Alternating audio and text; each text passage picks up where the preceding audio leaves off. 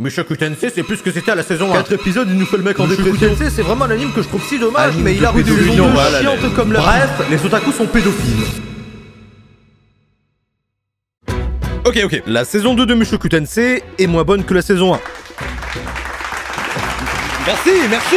Si c'est tout ce que vous vouliez entendre, alors vous pouvez déjà quitter la vidéo. Car je pense que Mushoku Tensei est un anime grandiose qui a une grenouille. Et ça m'amène à penser qu'il y a aussi 3 grenouilles superposées. Et un mauvais animé ne peut pas avoir de grenouilles superposées. Mais pour ceux qui savent que cela ne veut pas tout dire, pour ceux qui ne peuvent pas manger sans vidéo YouTube, laissez-moi vous expliquer pourquoi il y a eu un glowdown, pourquoi vous l'avez remarqué, pourquoi les critiques abusent très clairement, et pourquoi tout ce que je retiens de ce que j'ai dit sont ces petits chats tout mignons là. Oh là là là là là là.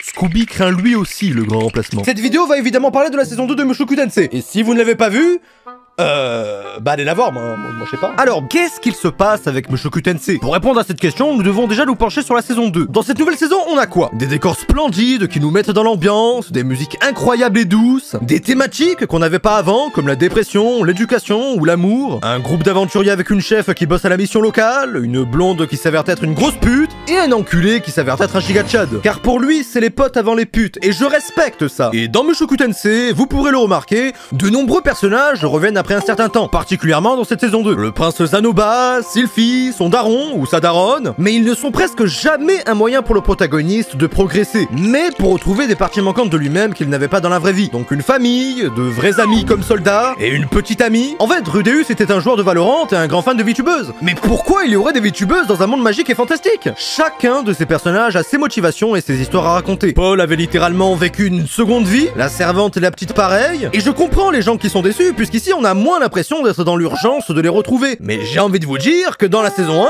c'est limite pareil. Ce gros fils de pute préférait mettre sa langue de déculotte plutôt que de retrouver son daron. Oui, Rudeus est quelqu'un d'abject, et je déteste ce côté-là du personnage. On va faire le meilleur isekai de tous les temps, avec un monde grandiose, des personnages de malades.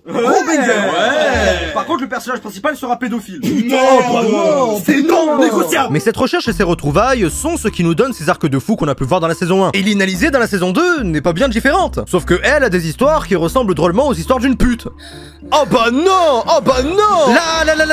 Vous ne me démonétiserez pas, nananer! Et si on fait un zoom sur le début de cette saison 2, soyons honnêtes, elle tend plus à donner tort aux critiques qu'elle reçoit plutôt que de les confirmer. Je suis d'accord que c'est un peu plus lent, mais j'aime prendre mon temps. C'est un peu moins bien animé, mais ça reste quand même très bien. Les personnages sont un peu moins marquants que la saison d'avant, l'ambiance un peu moins poussée, l'action un peu moins folle, l'opening un chouïa... Hop. Non. L'opening est masterclass. D'accord? Dokoma demo ikeru ki ga shita ano toki no boku wa doko da. Malgré tout ce qu'on peut dire, l'ambiance de la saison 2 est magnifique. Le froid à perte de vue, toute cette petite cité nordique avec ses paysans, ses habitants, ses magasins, ses coutumes, des bestianes de se battre pour pécho ou des démons de boire que de l'alcool. Mon oncle le démon en fait. La petite aventure de tous ces aventuriers mêlée à un Rudeus en dépression qui veut mettre fin à ses jours, avec toute une symbolique derrière ces actes si simples, des paroles, des hochements de tête, des regards plongés dans le vide, et pas dans David, parce que c'est mon prénom. Tous les symptômes de la dépression guettent Rudeus. Vous pouvez vous en moquer et l'ignorer, mais ne pas voir ce combat intérieur dans tout le début de la saison signifie louper la majeure partie de ce qu'on veut vous montrer. Et parler de majeur alors que Rudeus est là, c'est franchement pas une bonne idée. Rudeus débarque tout fraîchement en ville, il ferme sa fenêtre au monde, ne parle à personne, laisse les choses aller dans un sens, se laisse emporter par les événements, et nous, c'est pas ça qu'on veut d'un protagoniste. On veut ça! Pas ça! T'as envie qu'il se réveille, même si ça signifie le retrouver avec tous ses défauts. Notre protagoniste est en dépression. En dépression parce que la petite qu'il a baisée l'a en fait baisé en partant, et du coup il veut se faire baiser en acceptant une quête de baiser très difficile d'emblée pour crever. Et baiser aussi, j'allais oublier. Oui, il y a sa daronne qui est toujours introuvable, qui peut être morte suite à la téléportation, mais lui non!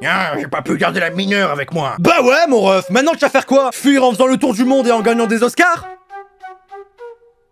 Oh bah. Rudeus est un grand enfant, on le sait. Son éducation de merde, sa situation de merde a fait la merde qu'il est et qu'il reste quand il s'agit de contact social. Ne sachant pas différencier la bonté et la sagesse de la simple pitié. Et c'est pour ça que je suis pas d'accord avec la plupart des critiques, parce qu'on y retrouve toujours là le combat intérieur de la première saison. De la personne qu'il était contre la personne qu'il veut être aujourd'hui. Tout le monde, tous les personnages affrontent leur passé pour devenir meilleurs. Que ça soit une ancienne épéiste, un mauvais père qui veut maintenant être un bon, ou ces aventuriers qui ne veulent pas répéter les mêmes erreurs. C'est toute la thématique de Mushoku Tensei dans son entièreté. Et cet esprit ne s'est pas éteint avec la saison 2. Et l'auteur ne manque aucune occasion de montrer des culottes. Celui qui a écrit ça a des soucis, mais bordel de merde, il est fort. Une fois parti en mission, c'est là que l'animé nous rappelle pourquoi on le kiffe. D'une situation où tu penses que tout est coulé d'avance, qu'on se tape une nouvelle fois la routine, non. Les monstres déferlent, les pensées suicidaires paralysent Rudeus, et la situation est critique, la musique s'arrête, le cœur bat, et là, on a enfin le moment qu'on attendait. Le fameux « laissez-moi faire mon protagoniste stylé et sortir une énorme boule de feu pour tous vous sauver, let him cook !» La musique monte, la boule de feu grossit, sa Nemesis est fasciné, Rudeus reprend confiance et gagne. Et putain, c'était fantastique, merveilleux, splendide sous tous les points. La poignée de main qui le réconcilie avec le monde, le panorama dégagé et uni pour dire qu'il a maintenant compris, le retour à la guilde, sauf que les gens détestent les étrangers, mais avec de la bière ça passe mieux. Finalement ils sont comme nous, c'est juste qu'ils aiment un peu plus les allocations familiales. Et on finit sur la fraternité tissée entre étrangers qui veulent s'aider, et le sourire de Rudeus qui ouvre enfin sa fenêtre au monde pour faire lien avec le début. Du grand Mushoku Tensei si vous me demandez. Et un bon premier épisode pour nous remettre dans le bain. Et malgré toutes les critiques, je pense que tout le monde sera d'accord pour dire ça du début au moins, pas vrai le public?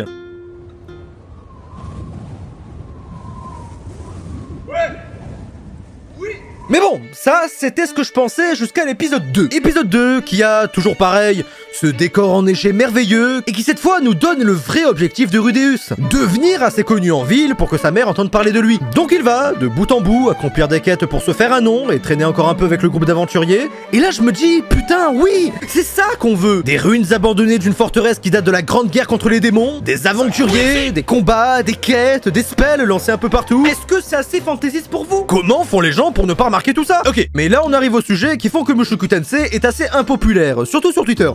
Je veux dire... X... le meilleur réseau social pour voir tous les avis les plus frauduleux, les plus chauds de ta région. On va continuer de dire Twitter. Souvenez-vous de la blonde. Bah il conclut avec, j'avais envie de dire bravo soldat, mais pendant l'acte il réalise qu'il ne bande plus. Pouf, nouvel objectif, aider Rudeus à bander à nouveau. Et non, vous ne rêvez pas, c'est le vrai objectif de la saison. Wouhou! Même que soldat va finir par l'aider. Parce que c'est un vrai pote, putain, en l'emmenant aux putes. Un vrai pote, j'ai dit. Il part à l'aventure avec son groupe, et là, l'histoire reprend sur un combat de dragon. Pardon. Un combat de dragon! Waouh! Pause. Techniquement, c'est une wyvern. Waouh, mais c'est trop cool! Oh, il pleure sur la culotte maintenant. Waouh, regardez l'animation de fou! Ah, il prit la culotte carrément. Et mon boxeur, c'est Satan peut-être. Le combat était stylé en effet, mais il faut que Rudeus nous rappelle pourquoi il est Rudeus. Sinon, c'est pas marrant. Mais bref, il revoit l'ancienne camarade de Roxy, réalise que c'est une grosse pute, et boum, l'arc Poudlard est là. Les salles de classe sont belles, les bâtiments incroyables. Tu te plonges facilement dans cette ambiance magique au fur et à mesure que tu rencontres tes différents camarades. C'est beau, c'est nouveau, l'animé te fait sentir qu'on entre dans un nouvel arc. Et c'est pas plus mal. Il va rencontrer Sylphie, qui se fait passer pour un homme, penser qu'il est gay, soumettre deux fichages, je ne sais pas c'est quoi ce truc, mais il me fait penser beaucoup à ma belle-mère. Il va faire des cours de magie à côté, en tant que candidat libre. Et c'est ainsi que vous maîtriserez les sorts de feu au prochain contrôle. Monsieur, on aura le droit à la calculatrice?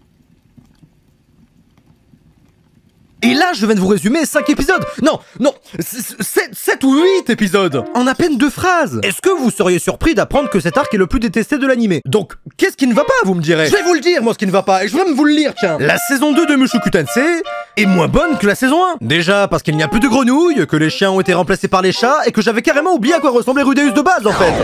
Oh, putain, et merde! Mais oui, la saison 2 de Mushoku Tensei est moins bonne que la saison 1. Et c'est le seul truc qui ne va pas, à vrai dire. L'animation est un peu moins bonne à cause des animateurs de Bean qui taffent sur d'autres projets. L'histoire est un peu moins bonne parce qu'on sortait tout droit d'épisodes de malades comme le 21. Et aussi fini les openings cinématiques avec juste la musique. Oui, cette saison 2 est un peu moins bonne. Mais pour autant, vaut-elle tout le mépris qu'elle reçoit? Enfin, je veux dire, Emma dit dégueulasse, mais elle a comme Pépé l'un des pires isekai existants. On se fait vanner par des putains de fans de Tatenusha. Non mais ça va plus, rendez-vous compte. Après, tout l'arc entier est basé sur ses problèmes d'érection. Et d'ailleurs, ce sera très certainement l'argument utilisé par ses détracteurs pour décrédibiliser l'œuvre et dire que vous avez des goûts de merde. Mais en vrai, on s'en fout de la problématique de base en soi. Nous, ce qui nous intéresse, c'est qu'est-ce que ça va amener. Au fond, Zoom 100, c'est l'histoire d'un mec qui déteste le travail. Chainsaw Man, c'est un gars qui veut juste baiser. Oshinoko, c'est juste un fan d'idol. Mais ça, nous, on s'en fout. Ce sont les événements que va rencontrer le protagoniste dans sa route scénaristique qui nous intéressent. Pas tant l'objectif en soi, qui aura tout le temps de s'étoffer une fois l'intrigue un peu plus poussée. Alors ne laissez pas les gens vous dire que l'anime est nul pour des détails qui existent quasiment partout. Des meufs faciles comme ces fichas existent littéralement dans 600 autres animés, mais bizarrement c'est surtout ici que ça préfère le relever plutôt que de parler de la fâcheuse représentation des femmes dans les œuvres japonaises destinées aux hommes. Vous voyez qu'au fond je suis tellement dédié à défendre un bon animé que j'en deviens féministe carrément. C'est fou ça. Parce que ce qu'on kiffe le plus dans Mushoku Tensei, ce n'est pas la grandeur d'esprit de Rudeus. Et soyons honnêtes, s'il n'y avait pas eu la catastrophe, l'objectif aurait été bien pire. Non, si vous voulez des enjeux scénaristiques, en voilà. Parce que tu te mets à la place du simple barde, de l'élève, des profs, et tu peux t'imaginer leur vie et leur quotidien. Et c'est toujours très présent dans cette saison 2 en fait. Il n'y a pas tout ce procédé chevaleresque où on veut stopper tout ce qui porte atteinte à notre morale. Comme les esclaves par exemple. Non, on n'en a rien à foutre. Ça existe, on peut rien y faire et on ne va rien y faire. Car vrai homme se contente de faire des figurines de meufs à poil. Qu'est-ce qui différencie Zanoba d'un stand de la Japan Expo en fait? Je comprends toutes les critiques envers l'œuvre et en vrai, tout le monde peut avoir l'excuse qu'il veut pour ne pas regarder. C'est votre problème. Moi, ce qui me pose souci, c'est qu'on vient pointer du doigt ceux qui regardent ça comme des déviants. Et maintenant que la qualité a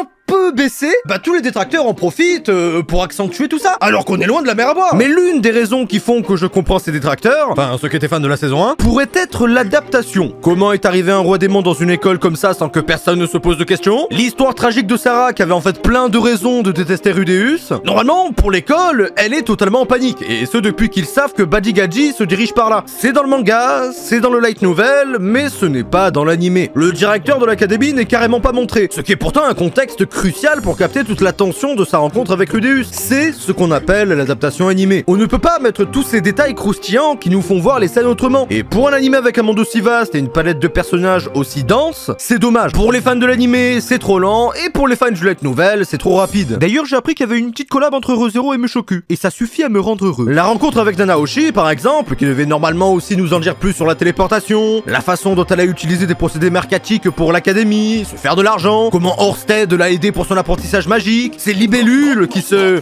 Ah, mais c'est pas de la magie!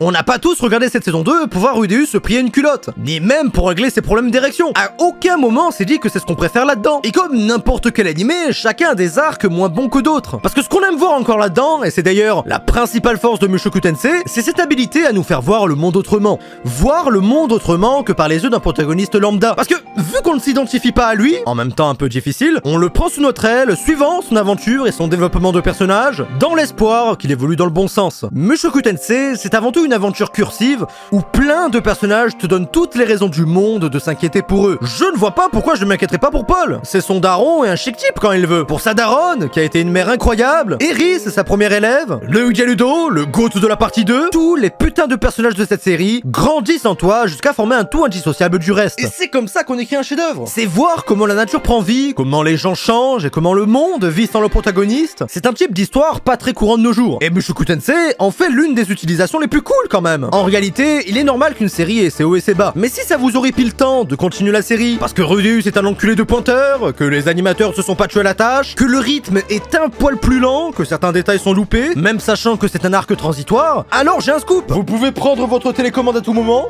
bon bah là je l'ai pas, et arrêter la série à tout instant. Rien ne vous force à continuer comme rien ne vous force à batailler contre les fans. Je vous le dis honnêtement, j'ai adoré cette saison, je l'ai trouvé chill, calme, agité quand il faut, quand il s'agit du roi démon, avec le dragon ou bien les ours. J'ai aimé prendre du temps dans cette académie. Peut-être bien que ce qu'il se passe avec Mushoku Tensei, c'est qu'il ne se passe rien. Les gens ont besoin de ramener des dramas pour vivre sur le moment et avoir l'approbation générale. Alors que la série, elle, est immuable dans le temps. Et que les fans continueront de l'apprécier pour ses défauts et qualités. On ne regarde pas une série pour plaire aux autres. On la regarde car elle nous plaît. C'était Yurine, je fais beaucoup de vidéos comme ça. N'hésitez pas à vous abonner, laisser un like, commenter, je réponds souvent. Et ciao bye.